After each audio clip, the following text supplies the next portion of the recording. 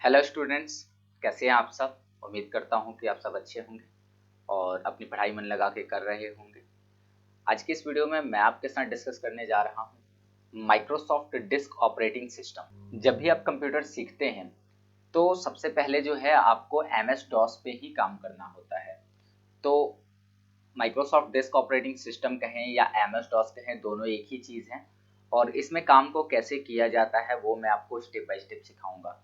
इसके अंदर कुछ कमांड्स होती हैं जिन्हें हमें कंप्यूटर को देना होता है और उन्हीं दिए गए कमांड के आधार पर जो कंप्यूटर है हमारा वो वर्क करता है। तो ये काम कैसे होगा, वो कौन कौन से कमांड है, इस चीज़ को देखने के लिए वीडियो में अंत तक बने रहिएगा।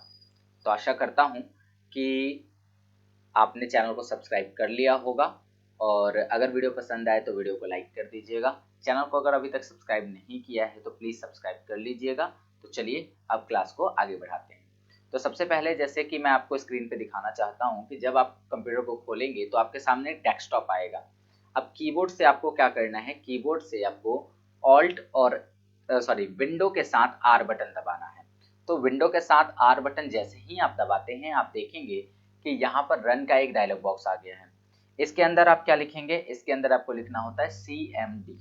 जैसे ही आप CMD लिखते हैं तो और एंटर करते हैं तो कमांड प्रॉम्प्ट खुल जाता है। तो मैंने यहाँ पे एंटर बटन दबाया और देखिए ये कमांड प्रॉम्प्ट खुलकर आ चुका है। तो इसे बड़ा करने के लिए आप या तो शॉर्टकट की का प्रयोग कर सकते हैं या फिर माउस का प्रयोग कर सकते हैं। लेकिन मैं आपको एक बात बता दूं कि डॉस के अंदर माउस का बहुत ही कम प्रयोग किया जाएगा। बहुत ही रेयर केस में हम लोग माउस का प्रयोग करेंगे क्योंकि डॉस जो है वो पूरी तरह से कमांड बेस काम करता है, मतलब कमांड बेस ऑपरेटिंग सिस्टम का ही हिस्सा है और यहाँ पर जो भी काम होता है उसमें कमांड देनी होती है। तो जब भी हम कंप्यूटर को कमांड देते हैं तो वो हम कीबोर्ड के माध्यम से देते हैं, ना कि माउस के माध्यम से। सो यहाँ पे माउस का यूज हम लोग मिनिमम करने वाले हैं। ठीक है, चलिए तो मैं पहले शॉर्टकट बता देता हूँ। शॉर्टकट है अल्ट के साथ स्पेस बटन को दबाना है और उसके बाद में मैक्सिमाइज के लिए आपको एक्स बटन दबाना है। ठीक है, तो यहाँ पर आप देखिए ये लिस्ट आ गया है जिसमें मैक्सिमाइज के नीचे एक्स के नीचे छोटी सी लाइन आई होगी। तो जैसे ही हम इसमें से एक्स दबाते हैं ये फुल स्क्रीन हो जाता है। अगर फिर से इसे छोटा करना है तो अल्ट के साथ स्पेस दबाएंगे और उसके बाद में जो है आर दबाएंगे ताकि रीस्टोर डाउन हो जाए। आर दबाने से क्या होगा, रीस्टोर डाउन हो जाएगा। ओके, तो ये किसी भी विंडो के साथ आप अप्लाई कर सकते हैं, चाहे वो आप डॉस सीख रहे हो, चाहे वो आप नोटपैड सीख रहे हो या कोई सा भी प्रोग्राम। अगर आपको ऐसे फुल स्क्रीन का करना है तो क्विकली आप शॉर्टकट के माध्यम से कर सकते हैं। शॉर्टकट क्या है, अल्ट स्पेस और उसके बाद में आपको जो करना है उसके लिए उसका शॉर्टकट आपको मिल जाएगा। जैसे ऑल्ट स्पेस दबाने पे अब मुझे इसे मैक्सिमाइज करना है, मतलब फुल स्क्रीन का करना है, तो मैक्सिमाइज के लिए देखो कि एक्स के नीचे जो है अंडरलाइन हुई है। मैक्सिमाइज जो दिख रहा है आपको उसमें एक्स के नीचे यहाँ पर अंडरलाइनिंग दिख रही होगी। तो इसको जैसे ही आप एक्स को दबाते हैं ये फुल स्क्रीन हो जाता है। आई होप आपको ये चीज़ समझ में आई होगी। चलिए आगे बढ़ते हैं। वीडियो की स्पीड कैसी है वो आप मुझे कमेंट करके बता दीजिएगा। क्या मुझे इससे और ज़्यादा स्लो बतानी चाहिए चीज़ें या फिर इससे ज़्यादा और फास्ट बतानी चाहिए, ये आप मुझे कमेंट करके ज़रूर बताइएगा ताकि मैं आपके हिसाब से इस चीज़ को बता सकूँ। अब यहाँ पर मुझे क्या करना है कि फॉन्ट साइज़ मुझे काफ़ी ज़्यादा छोटा लग रहा है, तो पहले हम फॉन्ट साइज़ को चेंज कर लेते हैं। यहाँ पे हमें माउस का प्रयोग करना पड़ेगा। तो ये जो व्हाइट वाला हिस्सा आपको दिख रहा है पेज के सबसे टॉप में, इस पे आपको करना है राइट क्लिक। राइट क्लिक करने के बाद में आप यहाँ पर चले जाएंगे प्रॉपर्टीज़ के अंदर और प्रॉपर्टीज़ में जाने के बाद में आपको क्या करना है, यहाँ से जो है लेआउट चुनना है। ठीक है, तो जब आप फॉन्ट चुनना है, लेआउट नहीं, माफ करिएगा, फॉन्ट चुनना है और फॉन्ट में यहाँ पर आप 28 इसका साइज रख सकते हैं। तो जैसे ही आप 28 इसका साइज रखते हैं और ओके करते हैं, आप नोटिस करेंगे कि आपका जो कमांड प्रॉम्प्ट खुला है उसके अंदर लिखे गए टेक्स्ट का साइज थोड़ा बड़ा हो चुका है। ठीक है, इसी प्रकार से आप कलर भी चेंज कर सकते हैं। जैसे आपको ब्लैक एंड व्हाइट नहीं चाहिए, देन आप क्या कर सकते हैं, प्रॉपर्टीज में जाएंगे और यहाँ से कलर वाले टैब पे क्लिक करके स्क्रीन बैकग्राउंड आपको लेना है एंड देन स्क्रीन बैकग्राउंड जो भी आपको चाहिए वो कलर ले लेना है। सपोज मुझे ग्रीन चाहिए तो मैंने ग्रीन ले लिया एंड स्क्रीन टेक्स्ट उसके ठीक ऊपर है उसको मैंने ब्लैक ले लिया। तो नीचे आउटपुट आप देख सकते हैं कैसा आने वाला है एंड उसके बाद में कर दिया ओके। अभी ये नहीं दिखा रहा है तो मैं एक कमांड दूंगा, दैट इज CLS कमांड को हम आगे यूज करेंगे। तो ये हो गया हमारा CLS कमांड। जैसे ही हमने ये किया स्क्रीन साफ हो गई, प्लस में जो हमने सेटिंग की थी वो भी अप्लाई हो चुकी है। दोबारा से हम कर लेते हैं क्योंकि ब्लैक एंड व्हाइट में ही डॉस को करना ज़्यादा अच्छा लगता है। तो हम एक काम करते हैं, यहाँ राइट क्लिक करते हैं, प्रॉपर्टीज में जाते हैं, स्क्रीन बैकग्राउंड में ब्लैक और स्क्रीन टेक्स्ट में व्हाइट रख लेते हैं, ठीक है। और इसके बाद में वही कमांड वापस देते हैं, CLS clear the screen, clear.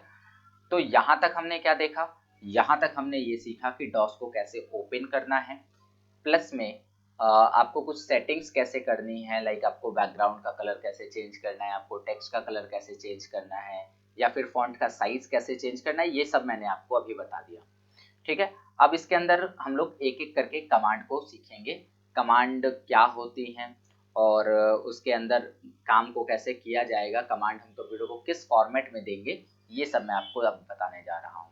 तो चलिए देखते हैं। तो अगर मैं कमांड की बात करूं तो मैंने अभी आपको एक कमांड सिखाया which is CLS। CLS command क्या करता है कि स्क्रीन को पूरी तरह से क्लियर कर देता है। तो यहाँ पे जैसे ही हमने CLS कमांड दिया, हमारा स्क्रीन जो है वो पूरी तरह से क्लियर हो चुका है। ये लाइन हमेशा रहेगी, ये जो C यूजर लिखा हुआ है ये लाइन आपको हमेशा दिखेगी, क्योंकि ये लाइन प्रॉम्प्ट लाइन कहलाती है। प्रॉम्प्ट लाइन यानी कि वह लाइन जिसके आगे आपको नया कमांड देना है, मतलब जब तक आपके पास ये लाइन ना हो आप नया कमांड नहीं दे सकते हैं, क्लियर। तो आई होप कि आप ये चीज समझ पा रहे होंगे। ओके, अगर कहीं भी वीडियो में कोई डाउट हो आपको तो वो आप मुझे फ्रीली कमेंट में पूछ सकते हैं, मैं उसका रिप्लाई ज़रूर करूँगा। या फिर इसके अलावा मेरी क्लासेस चलती हैं विज़ाटेक कंप्यूटर एकेडमी में, आप वहाँ भी आकर मुझसे अपने डाउट्स को पूछ सकते हैं। अगर आपको क्लासेस वहाँ लेनी है तो भी आप वहाँ पर अपनी कंप्यूटर क्लासेस मेरे से ले सकते हैं, ठीक है। चलिए, तो अब मैं आपको दूसरा कमांड सिखाने जा रहा हूँ विच इज़ DIR कमांड जो है लिस्ट ऑफ डायरेक्टरी प्रोवाइड करता है।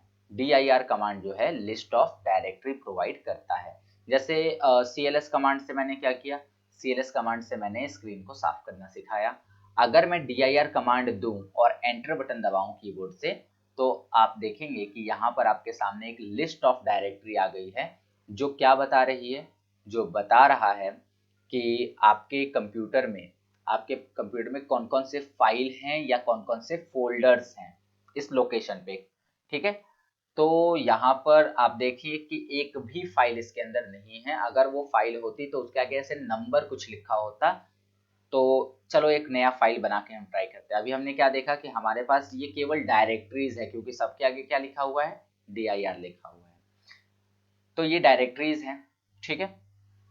अब मान लीजिए कि मुझे एक नया फाइल क्रिएट करना है। अभी तक हमने दो कमांड सीखे हैं, दो command which is CLS command जो कि स्क्रीन को साफ कर रहा है, एंड DIR कमांड जो कि लिस्ट ऑफ डायरेक्टरीज को ला रहा है। चलो स्क्रीन को साफ करते हैं। फिर से हमने दिया CLS और एंटर दबाया। इतना काम करने से हमारा स्क्रीन फिर से क्या हो गया, साफ हो गया। ओके, चलिए, तो अब हमें बारी है एक नया फाइल बनाने की। तो मैंने अभी तक आपको दो कमांड सिखाए, इनको रिवाइज करते रहिएगा, CLS and DIR, CLS and DIR। अब मैं तीसरा कमांड बताने जा रहा हूं आपको, जो कि है कॉपी कॉन कमांड। तो जैसे ही मैं यहां से लिखता हूं कॉपी स्पेस कॉन स्पेस, आपको फाइल का नाम मेंशन करना होता है। तो आप फाइल का नाम वो नाम देंगे जो आपके डायरेक्टरी में ना हो, मतलब आपके लिस्ट ऑफ डायरेक्टरी में ना हो। DIR करने पर वो नाम ना शो करना चाहिए। तो यहाँ पे जैसे मान लीजिए कि मैंने एक फाइल लिया which name is India. Okay, तो यहाँ पे मैंने क्या सेट किया, कॉपी कॉन कमांड एक साथ अगर हम देखें तो इसका काम होता है एक नया फाइल क्रिएट करना, और इंडिया जो है उस फाइल का नाम बनेगा। तो इस तरीके से हमने क्या लिखा, कॉपी लिखा, फिर कॉन लिखा, फिर इंडिया लिखा। तो यहाँ पर कॉपी कॉन करके इंडिया लिखने से क्या हुआ, एक नया फाइल क्रिएट होगा। ओके, देन अब दबाएंगे एंटर। बहुत सोच समझ के एंटर दबाना है। आप देख लीजिएगा ध्यान से कि क्या आपने जो कमांड दिया है वो सही है, उसका सिंटेक्स सही है ना, स्पेलिंग में एरर तो नहीं है। तो हमने सब कुछ चेक कर लिया, कॉपी की स्पेलिंग सही है, स्पेस कॉन की स्पेलिंग सही है, प्लस फाइल का जो नाम है इंडिया मैंने वो रख लिया है। देन उसके बाद में क्या करना है, आपको एंटर बटन प्रेस करना है, और इंडिया के बारे में आप जो इन्फॉर्मेशन पुट करना चाहते हैं वो कर दीजिए अपने फाइल के अंदर, ठीक है। तो मैंने लिखा India is a great country, ठीक है। आप भी सेम चीज लिख सकते हैं, India is a great country. आगे लिखेंगे it's capital is new Delhi, ठीक है, न्यू दिल्ली। उसके बाद में I live in India for my birth, मतलब आपको जो इसके बारे में लिखना है आप वो चीज लिख सकते हैं, समझ गए। तो इस तरीके से आपने लिख तो लिया। आपने क्या क्या किया, पहले कॉपी कौन लिखा, फिर फाइल का नाम दिया, और फिर फाइल के बारे में जो भी इंफॉर्मेशन आपको देनी थी आपने वो इंफॉर्मेशन दे डाली। क्लियर। अब आपकी बारी आती है फाइल को सेव करने की, ताकि फाइल परमानेंटली आपके कंप्यूटर में सेव हो जाए।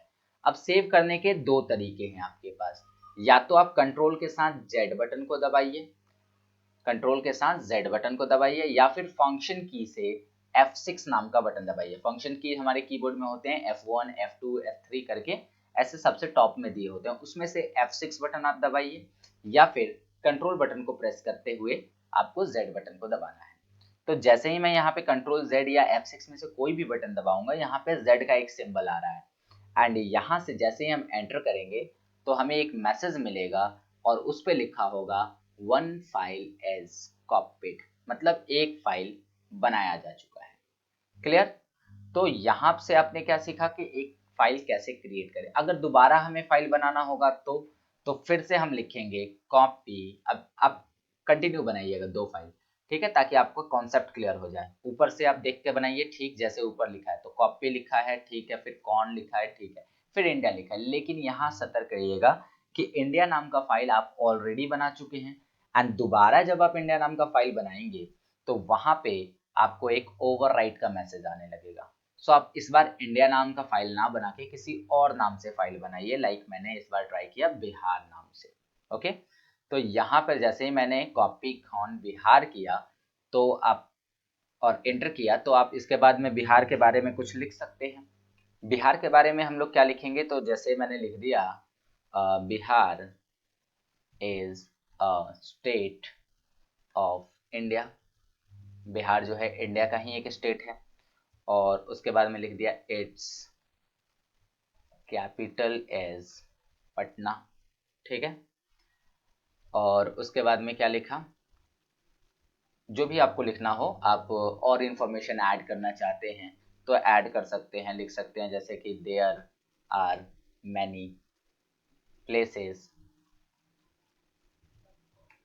इन बिहार फॉर टूरिज्म, ठीक है। तो आपको जो लिखना था आपने लिख लिया। फिर आपको क्या करना है, अब इस फाइल को सेव करना है। तो सेव करने के मैंने आपको दो तरीके बताए। दोनों तरीके क्या हैं, पहला तरीका है आप कंट्रोल जेड दबाइए या फिर कीबोर्ड से F6 दबाइए। तो जैसे ही मैं कीबोर्ड से कंट्रोल जेड या F6 बटन को दबाता हूँ, जेड का सिंबल आता है, एंड एंटर करते ही आपके सामने एक मैसेज आता है which is one file is copied. तो अभी तक आपने दो फाइल बना लिए, ठीक है। तो कुल मिलाकर हम लोग तीन चीजें सीख चुके हैं। dir जिससे लिस्ट ऑफ डायरेक्टरीज आ रही हैं, cls जिससे हमारा स्क्रीन क्लियर हो जा रहा है, और कॉपी कॉन जिससे कि हम कोई नया फाइल क्रिएट कर पा रहे हैं। अच्छा, फाइल बन जाने के बाद में अब ये कंफर्म होना बहुत ज़रूरी है कि क्या हमारा फाइल उस लिस्ट में गया कि नहीं गया, ठीक है। तो सबसे पहले मैं करता हूँ इसको क्लियर। क्लियर करने के लिए मैंने क्या कमांड आपको बताई है, CLS। जैसे ही इतना करेंगे और एंटर करेंगे आप देखेंगे स्क्रीन क्लियर हो चुकी है। और जब आप dir करेंगे और फिर उसके बाद एंटर बटन को प्रेस करेंगे तो आप देखेंगे कि लिस्ट में आपको दो फाइल्स दिखाई दे रही होंगी। एक बिहार है जिसके आगे 95 लिखा है, और एक इंडिया है जिसके आगे 85 लिखा है। इसका मतलब क्या है कि बिहार वाले फाइल के अंदर आपने टोटल 95 वर्ड कैरेक्टर टाइप कर रखे हैं, और इंडिया वाले फाइल के अंदर आपने टोटल 85 कैरेक्टर्स को लिखा हुआ है। ओके, चलिए फिर से CLS एक बार कर लेते हैं, या फिर आप ऐसे देख लीजिए, यहाँ पर मान लीजिए कि मुझे दिखाना है कि इंडिया के अंदर क्या लिखा हुआ है। तो अब मैं आपको चौथा कमांड सिखाने जा रहा हूँ जो कि है टाइप कमांड। पहले हमने सीखा CLS कमांड, दूसरा हमने सीखा dir कमांड, तीसरा हमने सीखा कॉपी कॉन कमांड। अब हम सीखेंगे टाइप कमांड। तो टाइप कमांड का काम क्या होता है, बेसिकली जो भी आपने फाइल क्रिएट कर दी है उस फाइल के अंदर क्या कंटेंट है, उसके अंदर आपने क्या लिख रखा है, इस चीज को शो करने का काम करता है टाइप कमांड। जैसे आप यहाँ पे लिखते हैं टाइप, ओके, एंड टाइप के बाद में चूंकि आपके पास दो फाइल हैं, तो आपको कौन से फाइल के कंटेंट को डिस्प्ले कराना है, तो उसके लिए आपको फाइल का नाम मेंशन करना पड़ेगा। तो फाइल का नाम मैंने लिख दिया Bihar, capital small doesn't matter, आप कैपिटल स्मॉल कैसे भी दे सकते हैं, कमांड को कंप्यूटर से एक्सेप्ट कर लेता है। और जैसे ही हम एंटर करेंगे तो आप देखेंगे कि मैंने जो भी बिहार नाम के फाइल के अंदर बनाया था, जो भी लिखा था, वो सारी चीजें आपको शो हो रही हैं स्क्रीन पर। अच्छा, दोबारा से अगर मैं करना चाहूँ तो मैंने लिखा type India, okay, type India, तो इंडिया फाइल के अंदर मैंने जो भी लिखा था वो चीजें आ रही हैं। सपोज आप कोई गलत कीवर्ड दे रहे हैं, जैसे आपने टाइप लिख दिया और इंडिया का स्पेलिंग आपने ये दबा दिया, तो ये फाइल तो आपके पास नहीं है, तो जब आप एंटर करेंगे तो आपको एक मैसेज आएगा which is the system can not find the file specified. आपने जो फाइल कहा है सिस्टम को लाने के लिए वो मिला ही नहीं, क्योंकि इंडिया की जो स्पेलिंग है आपने गलत लिख रखी है। ठीक है, तो आपको सेम स्पेलिंग लिखनी है जो आपके लिस्ट में दिखाई दे रही है। तो आशा करता हूं कि आपको 4 कमांड अभी तक समझ में आ गए।